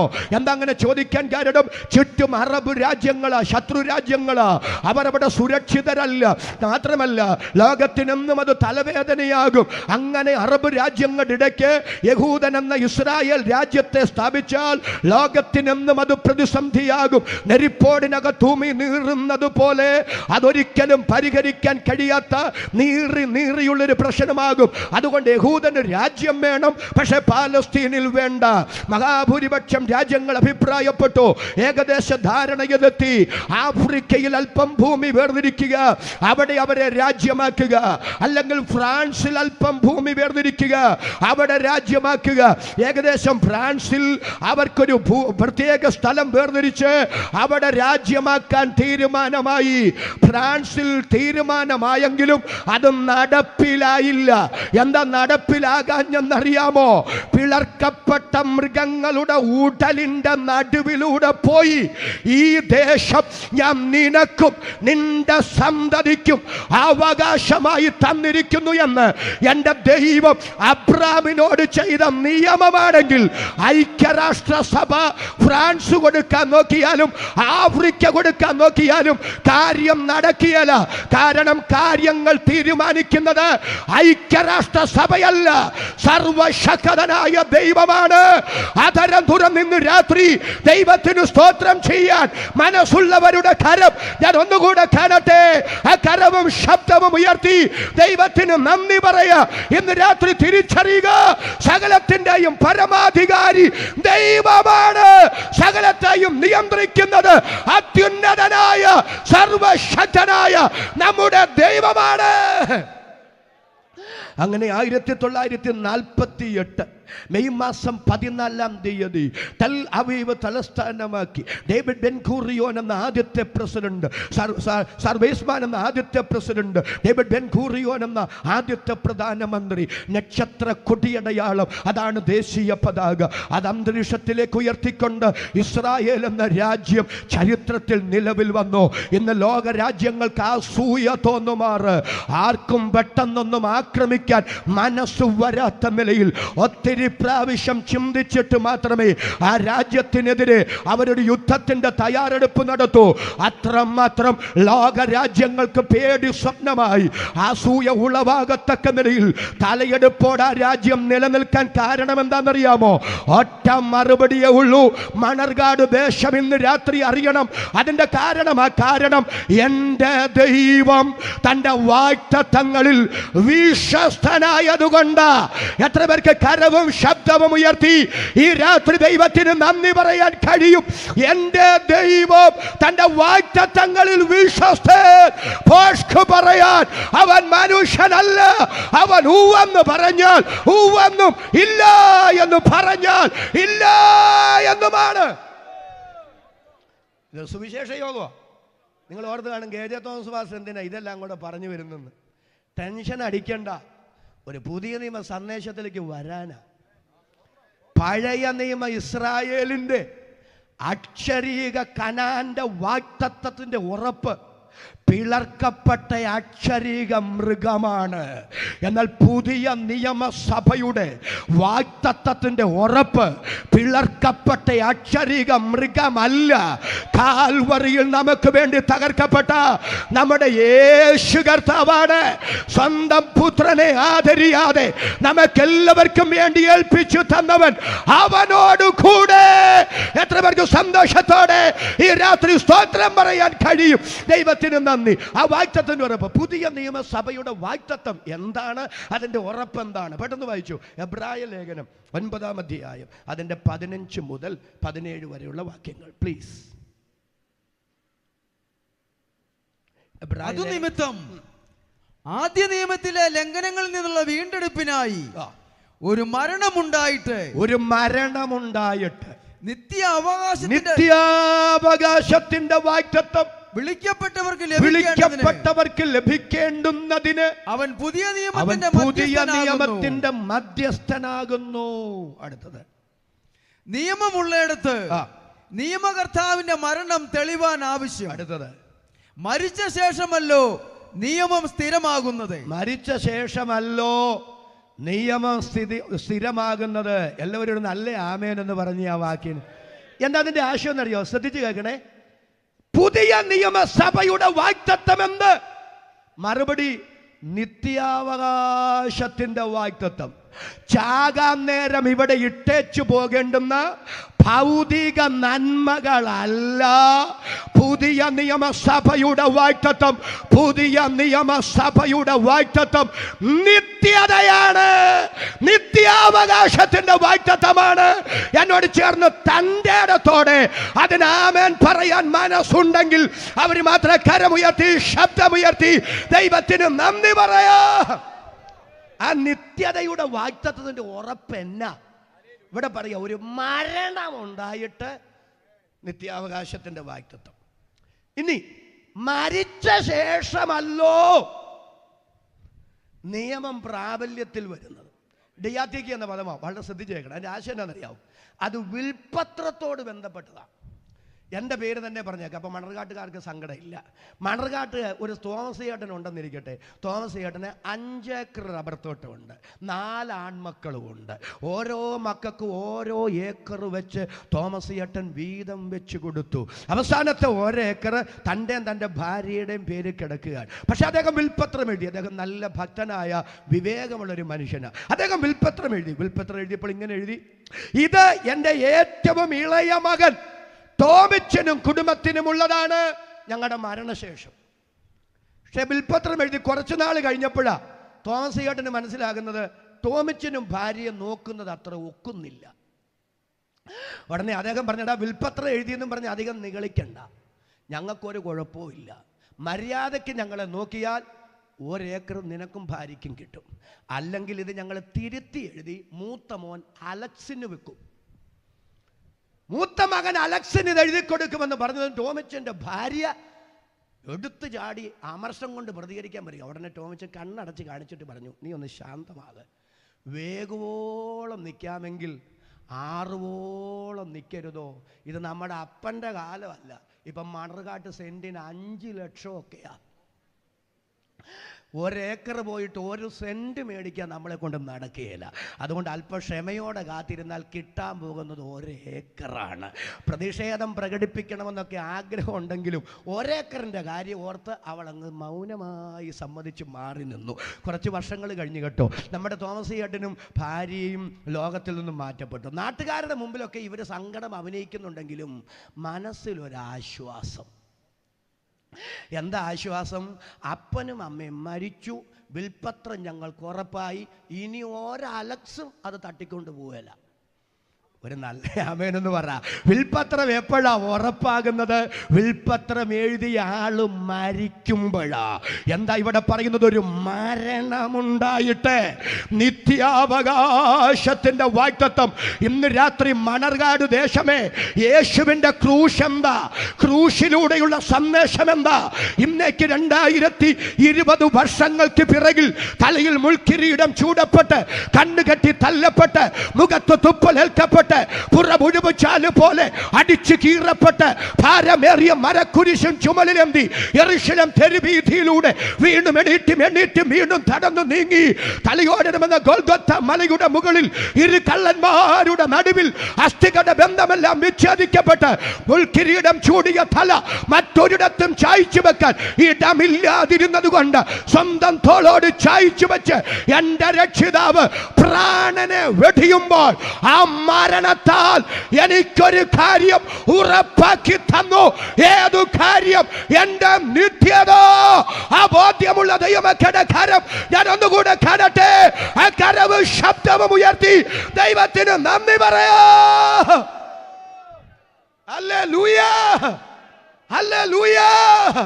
അതുകൊണ്ടല്ലേ പൗലോസ് പറയുന്നത്, നാം ഈ ആയുസ്സിൽ മാത്രം ക്രിസ്തുവിൽ പ്രത്യാശ വച്ചിരിക്കുന്നെങ്കിൽ സകല മനുഷ്യരിലും ആരിഷ്ടന്മാരത്രേ. ഇന്ന് രാത്രി പറ, യേശു ക്രിസ്തുവിൻ്റെ ക്രൂശും മരണം മൂലം എനിക്ക് കിട്ടിയ ഭാഗ്യം വീടല്ല, വണ്ടിയല്ല, മക്കൾ വിദേശത്ത് പോയതല്ല, അതൊക്കെ ദൈവം തന്നതാ. അതിനൊക്കെ സ്തോത്രം. അതിനേക്കാളെല്ലാം ഉപരി എൻ്റെ രക്ഷിതാവിൻ്റെ ക്രൂശും മരണം മൂലം എനിക്ക് കിട്ടിയ ഉറപ്പ്, ഇന്ന് രാത്രി വീണു മരിച്ചാൽ, ഇന്ന് രാത്രി കണ്ണടച്ചാൽ ചെല്ലുന്നത് എൻ്റെ നാഥന്റെ അടുക്കലാണെന്നുള്ള ഉത്തമമായ ബോധ്യമാണ്. യേശു ക്രിസ്തുവിൽ ആയി തീർന്നതിനാൽ മരണഭയം, ഭീതി മാറി. എത്ര സന്തോഷം! കര ഉയർത്തി ഒരിക്കൽ കൂടി ഈ രാത്രി ദൈവത്തെ സ്തുതിക്കാം. ആ തിരിച്ചറിവുണ്ടോ? ഹല്ലേലൂയ. പുതിയ നിയമസഭയുടെ വാഗ്ദത്തം നിത്യതയാണ്. അതിൻ്റെ ഉറപ്പ് ക്രൂശിക്കപ്പെട്ട ക്രിസ്തുവാണ്. 2, പുതിയ നിയമസഭയുടെ വാഗ്ദത്തത്തിന്റെ ഉറപ്പെന്ത്? എബ്രായ ലേഖനം 6-ാം അധ്യായം 18 മുതൽ 20 വരെ വാക്യം ഒന്ന് വായിച്ച് ഒരു ചെറിയ വിശദീകരണം തന്ന് എൻ്റെ വാക്കുകൾ നിർത്താം. എബ്രായ ലേഖനം 6-ാം അധ്യായം 18 മുതൽ 20 വരെ. അങ്ങനെ നമ്മുടെ മുമ്പിൽ വച്ചിട്ടുള്ള പ്രത്യാശ പിടിച്ചുകൊള്ളുവാൻ ശരണത്തിനായി ഓടി വന്ന നാം മാറിപ്പോകാത്തതും ദൈവത്തിന് ഭോഷ്കു പറവാൻ കഴിയാത്തതുമായ 2 കാര്യങ്ങളാൽ ശക്തിയുള്ള പ്രബോധനം പ്രാപിപ്പാൻ ഇടവരുന്നു. അടുത്തത്, ആ പ്രത്യാശ നമുക്ക് ആത്മാവിന്റെ ഒരു നങ്കൂരം തന്നെ. അത് നിശ്ചയവും സ്ഥിരവും തിരശീലയ്ക്കകത്തേക്ക് കടക്കുന്നതുമാകുന്നു. അവിടേക്ക് യേശു മൽക്കീസദേക്കിന്റെ ക്രമപ്രകാരം എന്നേക്കും മഹാപുരോഹിതനായി മുമ്പുകൂട്ടി നമുക്ക് വേണ്ടി പ്രവേശിച്ചിരിക്കുന്നു. കരങ്ങൾ ഉയർത്തി ഒരിക്കൽ കൂടി ഈ രാത്രി ദൈവത്തിന് നന്ദി പറയാം. ആ വാക്യം ലളിതവൽക്കരിച്ച് ഞാൻ ഇങ്ങനെ പറയാം. യേശു ക്രിസ്തുവിന്റെ ഉയർത്തെഴുന്നേൽപ്പും യേശുവിന്റെ യേശുവിന്റെ സ്വർഗാരോഹണവും നടക്കുന്നിടം വരെ നിത്യത മനുഷ്യന് അവ്യക്തതയുടെ കരിമ്പടം കൊണ്ട് മൂടപ്പെട്ട് കിടക്കുകയായിരുന്നു. മരണാനന്തര ജീവിതത്തെ സംബന്ധിച്ച്, നിത്യതയെ സംബന്ധിച്ച് പൂർണ്ണ ബോധ്യമുണ്ടായിരുന്നില്ല. അവ്യക്തതയുടെ കരിമ്പടം കൊണ്ട് അത് മൂടപ്പെട്ടിരുന്നു. എന്നാൽ എബ്രായ ലേഖകൻ പറയുകയാണ്, ആ അവ്യക്തതയുടെ കരിമ്പടം ഇന്നവിടെ ഇല്ല. എന്റെ രക്ഷിതാവ് അവ്യക്തതയുടെ കരിമ്പടത്തെ തന്റെ ഉയർത്തെഴുന്നേൽപ്പിനാൽ മാറ്റിക്കളഞ്ഞു. ഇന്ന് നിത്യത, ഇന്ന് മരണാനന്തര ജീവിതം നമുക്ക് അവ്യക്തമല്ല, അത് ഉറപ്പാണ്, അത് നിശ്ചയമാണ്. കരങ്ങൾ ഉയർത്തി ഒരിക്കൽ കൂടി ഈ രാത്രി ദൈവത്തിന് നന്ദി പറയാ. ഒരു കാര്യം പറയാതിരിക്കാൻ പറ്റിയല്ല. എന്നെ ഏറ്റവും കൂടുതൽ വേദനിപ്പിച്ചിട്ടുള്ള ഒരു പ്രസ്താവനയാ. ചിലരോടൊക്കെ ചോദിച്ചിട്ടുണ്ട്, ഭക്തരാ കേട്ടോ, ഭയങ്കര ഭക്തരാ, അച്ഛാ സ്വർഗത്തിൽ പോകണ്ടേ, അമ്മാമേ കർത്താവ് വരുമ്പോ പോകണ്ടേ, അല്ലെ നരകത്തിൽ പോകില്ലേ? ഉടനെ പറഞ്ഞ പാസ്റ്റേ അതല്ല ഇവിടെ തന്നെയാണ്. ഒരു നല്ല ആമേനെന്ന് പറ. അതല്ല ഇവിടെ തന്നെ. ഏത് സ്വർഗവും ഇവിടെ, നരകവും ഇവിടെ. നല്ലത് ചെയ്താൽ നല്ലത് ഇവിടെ കിട്ടും, മോശം കാര്യം ചെയ്താൽ മോശം കാര്യം ഇവിടെ കിട്ടും.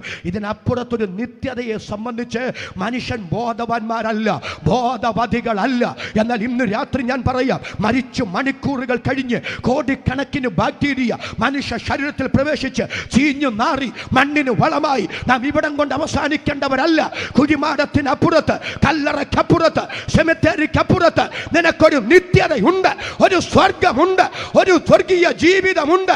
അത് സ്വർഗം എനിക്ക് ഉറപ്പാക്കി തന്ന ഉറപ്പാണ് യേശുവിന്റെ ഉയർത്തെഴുന്നേൽപ്പ്, യേശുവിന്റെ സ്വർഗാരോഹണം. എത്ര പേർക്ക് സ്തോത്രം പറയാൻ മനസ്സുണ്ട്? അവർക്കായി ഞാൻ ദൈവത്തെ സ്തുതിക്കുന്നു. തുള്ളിച്ചാടാൻ പ്രേരിപ്പിക്കുന്ന ഒരു പദവാ അവിടേക്ക് യേശു. എവിടേക്ക്? നിത്യതയിലേക്ക് യേശു. ഒരു സ്തോത്രം ഒന്നുകൂടെ പറഞ്ഞു. മനസ്സിലായില്ല? കരങ്ങൾ ഉയർത്തി ഒരിക്കൽ കൂടി നല്ല ആമേൻ പറയാം. എബ്രായ ലേഖനം എന്താ അവിടെ സമർത്ഥിക്കുന്നെന്ന് വ്യക്താക്കാം. പഴയ നിയമത്തിലെ ദൈവാലയം, ആണ്ടിലൊരിക്കൽ മഹാപുരോഹിതൻ ആ ദൈവാലയത്തിന്റെ അതിവിശുദ്ധ സ്ഥലത്തേക്ക് പോകും. എങ്ങനാ പോകുന്നേ? ആട്ടുകൊറ്റന്മാരുടെയും പശുക്കിടാക്കളുടെയും രക്തം കൊണ്ട്. ആ മഹാപുരോഹിതനല്ലാതെ വേറെ ആർക്കും അതിവിശുദ്ധ സ്ഥലത്തേക്ക് പ്രവേശനമില്ല. ഏതെങ്കിലും കാരണവശാൽ അദ്ദേഹം ശുശ്രൂഷ ചെയ്യുമ്പോൾ അവിടെ വീണു മരിച്ചാൽ ഡെഡ് ബോഡി എടുക്കാൻ പോലും ആർക്കും അകത്തു പ്രവേശനമില്ല. ആണ്ടിലൊരിക്കൽ മഹാപുരോഹിതനും മാത്രം അവിടെ പ്രവേശിക്കാം. എങ്ങനെ അദ്ദേഹം പ്രവേശിക്കുന്നത്? ഈ ലക്ഷക്കണക്കിന് യഹൂദ സമൂഹത്തിൻ്റെ പ്രതിനിധിയായിട്ട് അദ്ദേഹം പോകുന്നത്. അദ്ദേഹത്തിനല്ലാതെ വേറെ ആർക്കും അവിടേക്ക് പോകാൻ പറ്റില്ല. അദ്ദേഹം ഇവരെ പ്രതിനിധീകരിച്ചു പോകുകയാണ്. അതിനെ പൗലോസ് എബ്രായ ലേഖനത്തിൽ പറയുക, ആണ്ടിലൊരിക്കൽ മഹാപുരോഹിതൻ പ്രാകാരത്തിൽ നിന്ന് വിശുദ്ധ സ്ഥലം, ആ അതിവിശുദ്ധ സ്ഥലത്തെത്തി അവിടെ യഹൂദ സമൂഹത്തിന്റെ പ്രതിനിധിയായി പ്രവേശിക്കുന്നെങ്കിൽ നമ്മുടെ മഹാപുരോഹിതൻ ആര്? കർത്താവായ യേശു ക്രിസ്തു അക്ഷരികമായി പണിത ഒരക്ഷരിക ദൈവാലയത്തിലേക്കല്ല, അതിവിശുദ്ധ സ്ഥലമെന്ന് ഇവിടെ വിശേഷിപ്പിച്ചിരിക്കുന്നത് സ്വർഗാദി സ്വർഗത്തെയാണ്. കരങ്ങൾ ഉയർത്തി ഒരിക്കൽ കൂടി ശക്തിയോടെ ദൈവത്തിന് സ്തോത്രം ചെയ്യുക. പഴയ നിയമത്തിലെ മഹാപുരോഹിതൻ കൈപ്പണിയായ ദൈവാലയത്തിന്റെ അതിവിശുദ്ധ സ്ഥലത്ത് പ്രവേശിച്ചെങ്കിൽ നമ്മുടെ മഹാപുരോഹിതൻ കൈപ്പണിയായ അതിവിശുദ്ധ സ്ഥലത്തിലല്ല, സ്വർഗമെന്ന അതിവിശുദ്ധ സ്ഥലത്തേക്ക് എങ്ങനെ പ്രവേശിച്ചെന്നാ? പഴയ നിയമത്തിലെ മഹാപുരോഹിതൻ മുമ്പ് കൂട്ടി പോയപ്പോൾ, മഹാപുരോഹിതൻ പ്രതിനിധിയായി പോയപ്പോൾ, നമ്മുടെ മഹാപുരോഹിതൻ നമ്മുടെ പ്രതിനിധിയായി പോയെന്നല്ല. എല്ലാവരും ഒന്ന് സ്തോത്രം ചെയ്ത് പറഞ്ഞ് മുമ്പ് കൂട്ടി. എബ്രായ ലേഖകൻ അങ്ങനല്ല പറയുന്നേ, മുമ്പ് കൂട്ടി നമുക്ക് വേണ്ടി പ്രവേശിച്ചോ. ഒന്നുകൂടെ പറയാം, പഴയ നിയമത്തിലെ മഹാപുരോഹിതൻ മുമ്പ് കൂട്ടി പോയതല്ല. മുമ്പ് കൂട്ടി പോയെന്ന് പറഞ്ഞാൽ ആശയം എന്നാ? അദ്ദേഹം ആദ്യം പോയെന്നേ ഉള്ളൂ, പുറമെ എല്ലാവർക്കും പോകാമെന്ന. പക്ഷെ പഴയ നിയമത്തിലെ മഹാപുരോഹിതൻ മുമ്പ് കൂട്ടി പോയതല്ല, അദ്ദേഹത്തിന് മാത്രമേ പോകാൻ പറ്റൂ, പ്രതിനിധിയായിട്ടാ പോയത്. എന്നാൽ നമ്മുടെ മഹാപുരോഹിതൻ നമ്മുടെ പ്രതിനിധിയായി പോയെന്നല്ല, മുമ്പ് കൂട്ടി പോയി. എന്താ അതിന്റെ അർത്ഥം എന്നറിയാമോ? എൻ്റെ യേശു പോയിടത്തേക്ക് ഇനി നമുക്കും പോകാം. എത്ര പേർക്ക് ഇന്ന് രാത്രി ആധാരം തുറന്ന് ദൈവത്തിന് സ്തോത്രം ചെയ്യാൻ കഴിയും? നമ്മുടെ കർത്താവ് പോയിടത്തേക്ക് ഇനി നമുക്ക് പോകാം. നമ്മുടെ കർത്താവ് എന്താ പറഞ്ഞത്? യോഹന്നാന്റെ സുവിശേഷം 8-ാം അധ്യായം, ഞാൻ സ്വർഗത്തിൽ നിന്ന് ഇറങ്ങി വന്നു, ഞാൻ എവിടേക്ക് തന്നെ പോകുന്നു? സ്വർഗത്തിലേക്ക് തന്നെ പോകുന്നു. യേശു പറഞ്ഞു, ഞാൻ സ്വർഗത്തിൽ നിന്ന് ഇറങ്ങി വന്ന് ജീവനുള്ള അപ്പമാകുന്നു. സ്വർഗത്തിൽ നിന്ന് ഇറങ്ങി വന്ന് സ്വർഗത്തിലേക്ക് കയറിപ്പോയ മനുഷ്യപുത്രൻ. അങ്ങനെയാണെങ്കിൽ എൻ്റെ രക്ഷിതാവ് സ്വർഗത്തിൽ എനിക്ക് വേണ്ടി മുൻപ് കൂട്ടി പോയെന്ന് പറഞ്ഞാൽ എൻ്റെ യേശു പോയിടത്തേക്ക് ഇനി എനിക്കും പോകാം. എപ്പോൾ പോകാം? കർത്താവ് താൻ ഗംഭീരനാദത്തോടും പ്രധാന ദൂതന്റെ ശബ്ദത്തോടും ദൈവത്തിന്റെ കാഹളത്തോടും കൂടെ സ്വർഗത്തിൽ നിന്ന് ഇറങ്ങി വരുമ്പോൾ എല്ലാവരും ആധാരം തുറന്ന് ഇന്ന് രാത്രി സ്തോത്രം ചെയ്തു പറ.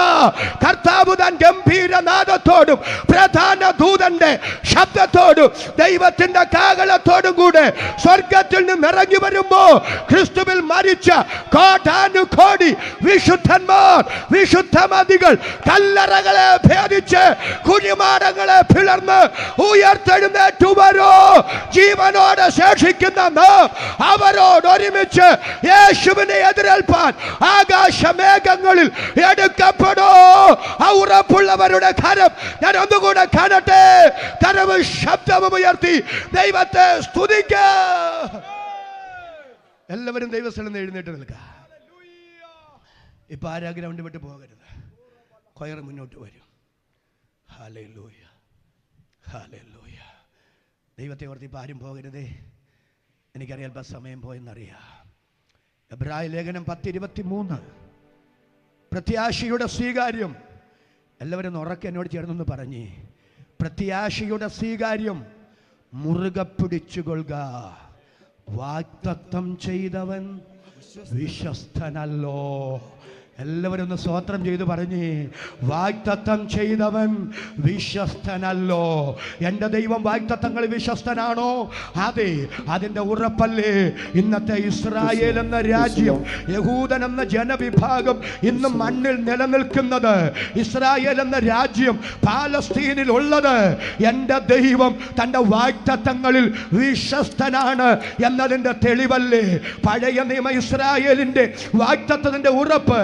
പിളർക്കപ്പെട്ട കേവലം മൃഗങ്ങളായിരുന്നെങ്കിൽ പുതിയ നിയമസഭയുടെ വാഗ്ദത്തത്തിന്റെ ഉറപ്പ് പിളർക്കപ്പെട്ട അക്ഷരിക മൃഗമല്ല, കാൽവറിയിൽ തകർക്കപ്പെട്ട യോസേപ്പിന്റെ കല്ലറയിൽ അടക്കപ്പെട്ട് ഉയർത്തെഴുന്നേറ്റ് സ്വർഗാരോഹണം ചെയ്ത എൻ്റെ യേശുവാണെങ്കിൽ ആ വാഗ്ദത്തങ്ങളിൽ എൻ്റെ ദൈവം എത്രയധികം വിശ്വസ്തനാണ്.